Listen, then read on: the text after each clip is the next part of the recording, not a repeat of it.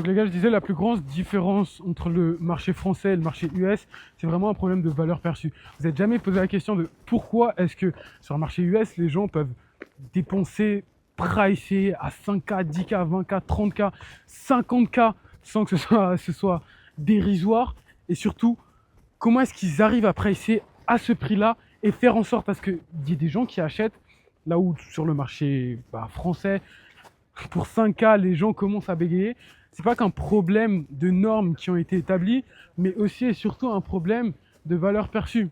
Parce que, en fait, sur le marché US, ils ont une définition de la valeur perçue qui est profondément différente de celle du marché français. En France, la valeur perçue, c'est quoi? Pour l'augmenter, tu as juste à venir rajouter des trucs. Ça veut dire, tu vas venir faire quoi? Tu vas venir juste proposer plus de garanties, par exemple, proposer une offre beaucoup plus complète, beaucoup plus précise, beaucoup plus ciblée, etc., etc., etc. Là où sur le marché US, ça se passe pas comme ça du tout. Sur le marché US, déjà, la valeur perçue, ils vont venir la segmenter en deux parties différentes. Regardez un exemple tout con. Vous allez vouloir acheter un iPhone, ok? Lorsque vous allez vouloir acheter un iPhone, vous allez vous faire une idée du prix que ça a. Vous allez vous dire, bon, je veux un iPhone et je pense que ça coûte entre 1000 et 2000 euros. Sur quoi est-ce que vous allez vous baser pour vous permettre de faire ce prix? Sur trois choses toutes simples, bien évidemment, les choses les plus importantes, j'allais dire en dernier, donc c'est les deux dernières choses. La première chose super importante sur laquelle vous allez vous baser, c'est la réputation. Supposons que, par exemple, c'est un- c'est une réputation d'être une marque de luxe, ok? C'est une réputation d'être une marque de luxe. Je ne vais pas vous dire que l'iPhone va potentiellement valoir 500 euros, voire même 50 euros. C'est con de penser ça. Pourquoi? Parce que la réputation fait que iPhone va forcément pricer à 1000 euros. C'est les prix moyens de chez iPhone. Première chose, la réputation. Deuxième chose, bien évidemment, il y a le visuel. Ce que moi j'appelle l'implicite. Si là demain je vois un iPhone qui vous fait pas rêver, je vois un iPhone qui ne correspond pas que ce soit à vos goûts, vos couleurs, etc., etc., et surtout, on dirait pas que c'est quelque chose de luxueux. On dirait que c'est quelque chose de bas de gamme. Est-ce que vous allez dire, ouais, j'ai qu'à dépenser 1000 euros pour ce truc? Jamais de la vie, frérot, jamais de la vie. Non, vous allez vous dire, putain, en fait, je me suis fait scam. Tu vois, ça vaut pas le prix. Ça vaut pas le prix. Je veux pas l'acheter. Dernière chose, pardon. Troisième chose, c'est ce que va venir vous dire le vendeur. Est-ce que ce que le vendeur vient vous dire va venir corréler, entrer en résonance avec vos besoins, vos attentes, votre objectif? Quand on dit objectif, la plupart des personnes, la plupart des entrepreneurs vont penser objectif financier. Pas du tout. Quand on dit objectif, c'est objectif social aussi. L'être humain, il est beaucoup motivé par le statut social. La plupart des personnes veulent être riches pour avoir des belles maisons, des femmes, etc., etc. Donc, encore une fois, ça renvoie à un certain statut social qui est élevé. Donc, voilà, objectif, c'est pas forcément financier, c'est statut social, etc., etc., etc.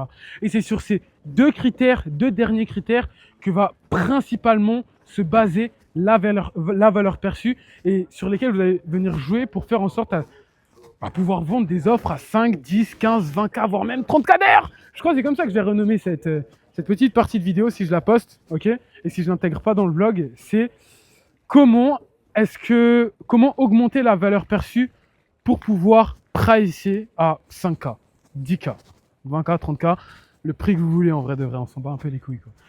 Mais du coup, voilà, il y a l'explicite et l'implicite. Pour l'explicite, ce qu'il faut savoir, c'est quoi? Putain, regardez, c'est tellement beau. Wesh!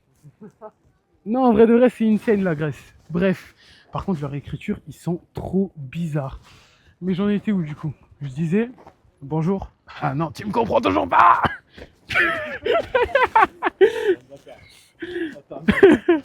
À tout, à tout moment, il commence à m'insulter, C'est frérot. comme si tu parlais à ce chat. Bonjour, tu me comprends pas. Il a commencé à faire. Il a compris. Oh putain, non, c'est insane. Du coup, j'en étais où, les gars? Je disais, attends, faut que je dézoome un peu. Ouais. Du coup, je disais, genre, là, par exemple, je me filme, ok? Je me filme, non, vous savez quoi? On va prendre des exemples connus. Waouh! J'ai failli leak le prénom, j'ai failli leak le blaze! On va prendre l'exemple de Keo, par exemple. Keo, il mise énormément sur la valeur perçue visuelle. Par exemple, Matt, dis-moi. quand tu vois Kyo, ok, quand tu vois sa SVJ, son gros penthouse, etc., tu te dis que son prix, il est à combien? De quoi? De Keo? Ouais, le prix de son accompagnement. Ça, si tu vois tout ça, ouais, tu dirais directement 5000 en vrai. 5000, tu vois. Maintenant, supposons qu'il n'aurait pas tout ça. Tu te dis qu'il est à combien son prix? Bah, c'est un peu comme tout le monde. Du coup, en vrai, tu décides, tu vois, les gens ils peuvent mettre 1000 comme 2000 comme 10 000. Tu vois ce Mais que en je veux dire? soi, c'est la valeur. Aujourd'hui, un Keo qui propose quelque chose à 5000 balles, ça aura pas la même valeur perçue que si par exemple quelqu'un d'autre qui n'est pas dans le business ou quelqu'un d'autre qui. Et pourquoi?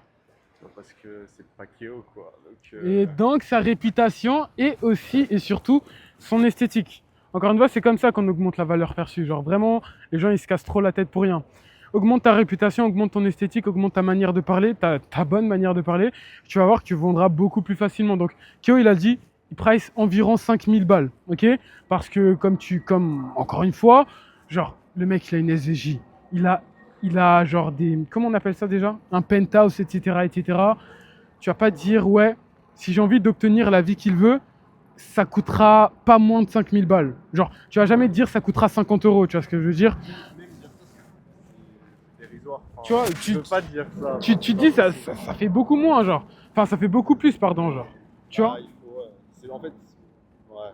Non, honnêtement, pour avoir la vie d'un Keo, moi je trouve que ça se compte pas en termes financiers, ça se compte plutôt en termes de sacrifice, d'investissement que tu fais sur toi-même, ce que tu as vécu, ton expérience, et là tu peux devenir un Keo. Mais tout ce qui est financier, valeur perçue, bah finalement, ça joue, c'est la perception. On voit que la façade, mais pas ce qui se passe derrière. Et justement, si tu arrives à bien manipuler la façade, derrière, tu peux faire croire aux gens ce que tu veux dans le fond, quoi. C'est pour ça que c'est important. Mais après, c'est plusieurs micro-skills que tu dois maîtriser, plein de compétences. Et derrière, tout ça accumulé fait que tu as une bonne façade. Et derrière, bon, si tu délivres de la bonne valeur, let's go, tu vas être incroyable. Et derrière, si tu délivres mal, et je pense que c'est ce qui s'est passé avec énormément d'entrepreneurs, c'est que finalement, derrière, leur réputation a chuté. Et je vais pas citer les noms, mais j'en ai plein en tête. Ah, il va pas citer des blagues. Tu veux me tenir ça, s'il te plaît? Vas-y, parfait. Donc, j'en étais où pour finir? Ouais, déjà. Putain, c'est énorme. Attends.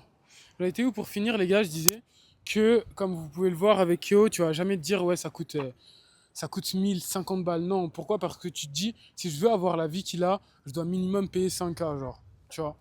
Parce que c'est Kyo, parce qu'il a la réputation qui va avec, mais surtout qu'il a le train de vie, l'esthétique qui va avec. Les gens le payent surtout pour l'esthétique, pas tant pour sa réputation. La réputation, c'est quelque chose qui va et qui vient en vrai de vrai, on s'en bat les couilles. Regardez, il y a des marques de luxe qui n'ont pas énormément de réputation, mais qui arrivent quand même à vendre genre des t-shirts à 5000 balles s'ils le veulent. Pourquoi? Parce que justement, ils arrivent à faire ressortir cette esthétique-là. Ok? Et pour finir, la dernière chose, c'est quoi? C'est l'explicite. Encore une fois, Mathis Clouet, par exemple. Mathis Clouet, au vu de la valeur qu'il vous donne, vous n'allez jamais vous dire, ouais, ce mec-là, il price à 2000 euros, à 1000 euros, à 50 euros, 500 euros. Non, vous vous dites, bon putain, ce mec-là, il doit au moins pricer à 10K. Tu vois, au vu de la valeur qu'il me donne et au vu de ce qu'il me permet de faire, surtout avec cette valeur, il doit au moins pricer à 10K. Donc encore une fois, voilà. Bombardez ça et vous verrez que la valeur perçue, elle va juste être... Elle va être so expensive, you know. Insane. Insane. Et en plus, je suis sûr, il y a des gens qui proposent beaucoup plus de valeur que Mathis Clouet, mais vu que c'est Mathis Clouet, il peut se permettre de. Tu peux donner un blast d'une personne qui propose plus de valeur? Jovic Matembele. Ouais, voilà. Et je l'ai pas forcé, je l'ai pas forcé. J'ai payé 50 Non les gars, on se dit ciao. On se retrouve dans une autre vidéo.